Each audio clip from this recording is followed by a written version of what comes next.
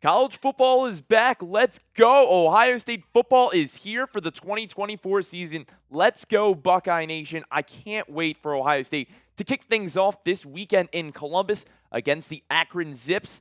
I'm excited. This is going to be a good one. I'm hoping to see all of the horseshoe sell out, 104,000 plus, be there as Ohio State gets ready to gear up for this 2024 season. And we're going to talk about today on the Ohio State Football Report the final depth chart projections for this Ohio State team. There's a lot of players that are solidified to be in their spots that have been there for a while now and that have been back for the last couple years. But there's some new faces that we're going to talk about today, and we're going to start with the quarterback room. We touched on a few episodes ago, the Ohio State depth chart for the quarterbacks. It starts with Will Howard, the Kansas State man who has Big 12 championship experience. He will be starting. And then Devin Brown, who's been here a few years since high school, coming out of Utah, a dual threat quarterback. He's going to be the number 2 according to Ryan Day.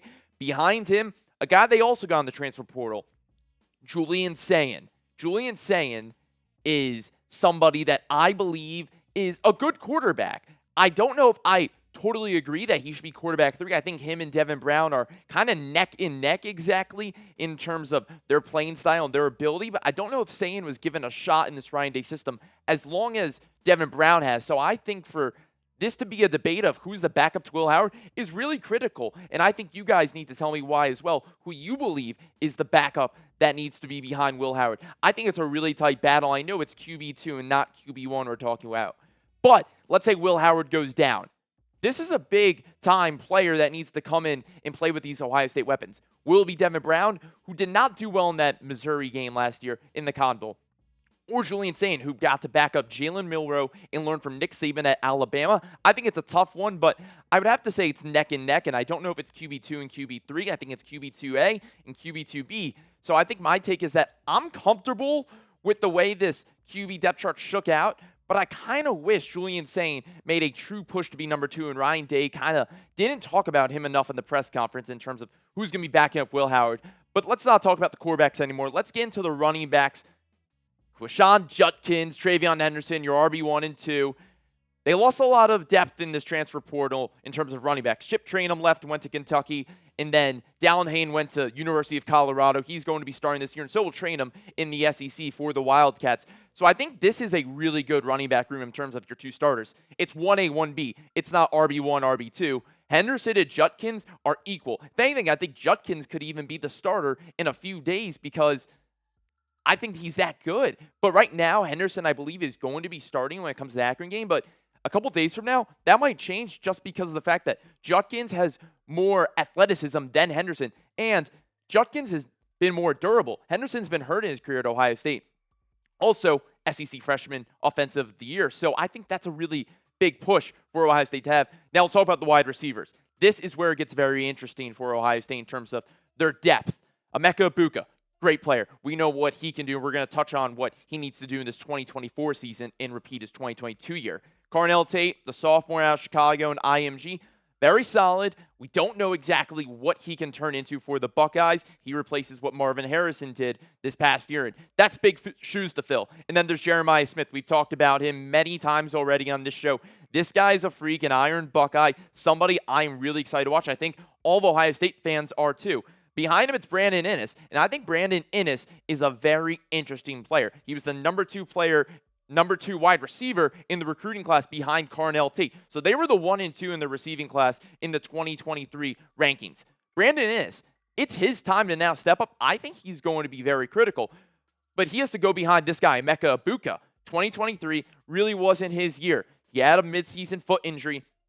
That's why his stats aren't as good as his sophomore campaign was in 2022. Over 1,100 yards, 10 touchdowns, averaging almost 6 yards per catch. Emeka Egbuka is going to be a really good player for this Ohio State team, but we need him to repeat that 2022 season, or else Ohio State's really not going to have that single threat like they had with Marvin Harrison Jr. last year. And talking about not really any threats, it's the tight end room. No one sticks out as someone that's going to be a star. Ohio State really hasn't had a tight end be that pivotal piece that they can rely on if none of their weapons are working. They had Cade Stover last year. He was pretty solid, but Cade Stover wasn't being that guy where opponents were like, we need to have a double team with a linebacker and safety on him. But it's going to be very interesting how they kind of do a tight end by committee this year. And as I said earlier, no one sticks out in this room. There's no stars. There's no perennial powerhouse players that college football is kind of used to. And I think that's where it gets really interesting for this tight end room, because we have Will Kakmarak, the guy who comes in from Ohio University.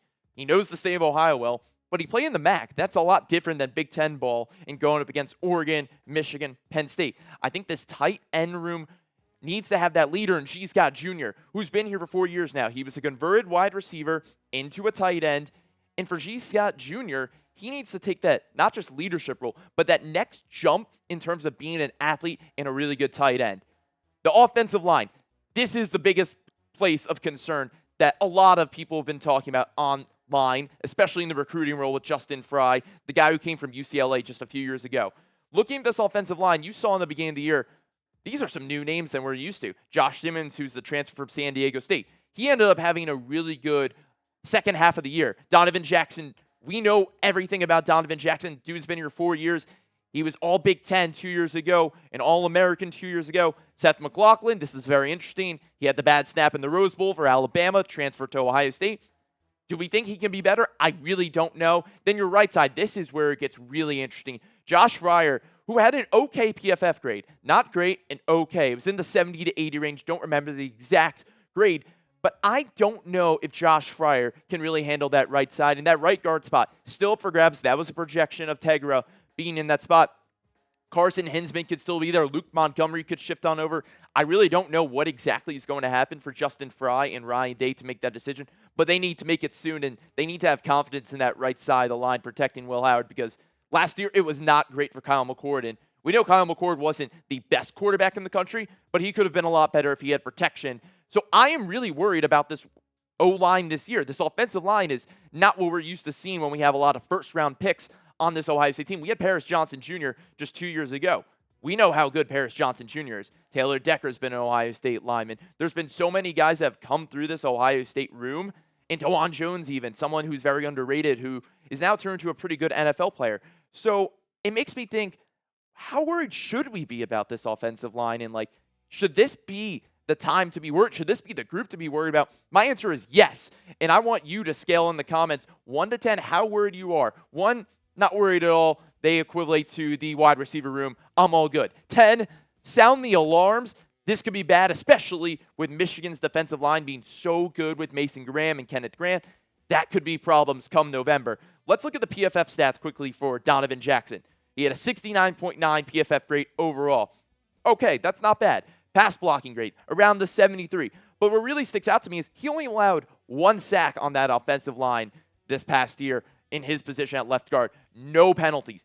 That's huge. And I think for Donovan Jackson, he needs to be that leader that we saw a few years ago in terms of production and being that guy to solidify an offensive line that needs it really bad, and especially with some new guys coming in and playing around him. So I think Donovan Jackson, he's the 4th best interior O-lineman returning this year in the country in terms of his grades.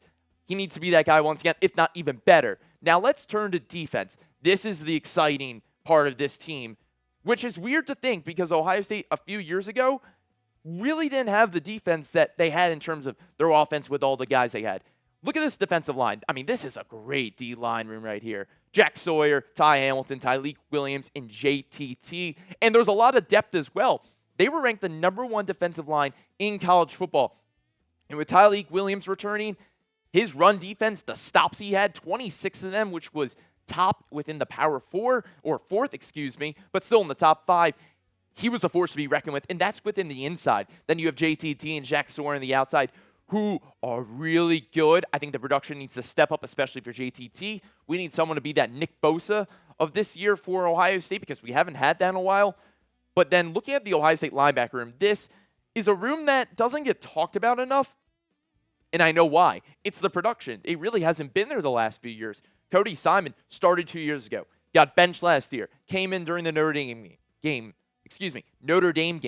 He was good against Notre Dame. He was one of the best defensive players, but he really didn't have that production you need from a starting linebacker. For Sonny Styles, he kind of plays that safety/hybrid, the will linebacker look that Jim Knowles loves. Sonny Styles, for the age he is, he's only 19 years old, but he's going to his 3rd year technically. I think for Sonny Styles, this year needs to make the big leap. And then you see C.J. Hicks in the backup right there. C.J. Hicks was the hyped up best linebacker in the country a few years ago in terms of recruiting. Where has he been? We don't know, and I think we need to see something from C.J. Hicks real soon. The cornerback depth chart. Well, this is a talented room right here. When you look at this is BIA, what Ohio State says every year. They're BIA, best in America in terms of the DBs. This is the best in America in terms of the cornerback room. Denzel Burke, who was a freshman All-American, who was just outstanding last year. Pass breakups was outstanding. Like, I can't say enough about Denzel Burke in terms of what he's able to do on the field and lock down your number one wide receiver. This is the most talented starters out of any room for Ohio State, the cornerback room. You have Jordan Hancock, the guy who came from Clemson a few years ago, who really solidified himself as a starter on the outside. And Davis Adegbonosom, he brought that SEC ferociousness to the Big Ten, and he's really stuck with it ever since he got to Ohio State. This room, led by Tim Walton, I'm excited to watch this room lock down some of the receivers this year. And talking about Denzel Burke even further, his PFF grade overall and his coverage grade were in the top 80 in the country overall in terms of all defensive players. But when you break it down specifically for cornerbacks, the PBUs were off the charts what he was able to do. He led the Big Ten this past year in PBUs, and he was like Revis Island, but in college, and that's what made him really special. I need you to make sure you're subbed for this channel. The Ohio State Football Report is bringing more content than ever we've ever had here at Chat Sports, and we have a lot to talk about this 2024 season. This is one of the most hyped up Ohio State seasons I can ever remember, especially with all the talent they brought in the transfer portal and all the freshmen they have that have great potential. So if you want to stick around and learn all about the Ohio State Buckeyes, I ask you, please subscribe. I'm going to give you the best content out there, and I'm going to interact with you also in the comment section. If you want to DM me ever or you want to talk about on YouTube, I'm happy to. But I would love if you subbed, because that's what a Buckeye does. And let's speak about the rest of the Buckeyes now. The safety room. Lathan Ransom, guy who's been here for a while, a captain, number 8, switched from number 12 to 8. He had his up and downs while being a Buckeye. And then there's Caleb Downs who comes in. Caleb Downs, this guy is going to be awesome to watch. I mean, look at the accolades he brings in to Ohio State. Over 100 tackles as a freshman, as a safety. The PBUs and interceptions, pretty solid. But he was 4th overall in the entire SEC in terms of what he did for tackles. He was a first-team All-American according to PFF. He was SEC All-Team, All-First Team, All-Freshman Team, and he was the SEC Freshman of the Year on the defense. You bring that into Ohio State with the history they've had at safeties and cornerbacks, that equals success. He is the best athlete on this team, no doubt about it. I mean, you're bringing in a guy who has experience under Nick Saban for a year. Is there a better coach out there to have experience from and to learn from? No. And then there's Ryan Day, who's not a defensive coach, but he's a very good overall leader. I think what he's going to learn from Jim Knowles, however, now that's big. Knowledge is power, and I think he can really learn some things. But Kerry knows a ton. He doesn't even look like a freshman out there. He's going to be a sophomore. He's going to be really good for Ohio State. And let's round it all out with the special teams. Not a ton of big names here, but Jaden Fielding does return as the kicker for Ohio State. The guy who everyone's been talking about as of late on the left is Nick McClarty, the freshman from Australia, who has a hammer of a leg. He supposedly can put the ball 90 yards in the air. Do you believe that? I don't know if I do. There are videos that have surfaced of him punting the ball really far.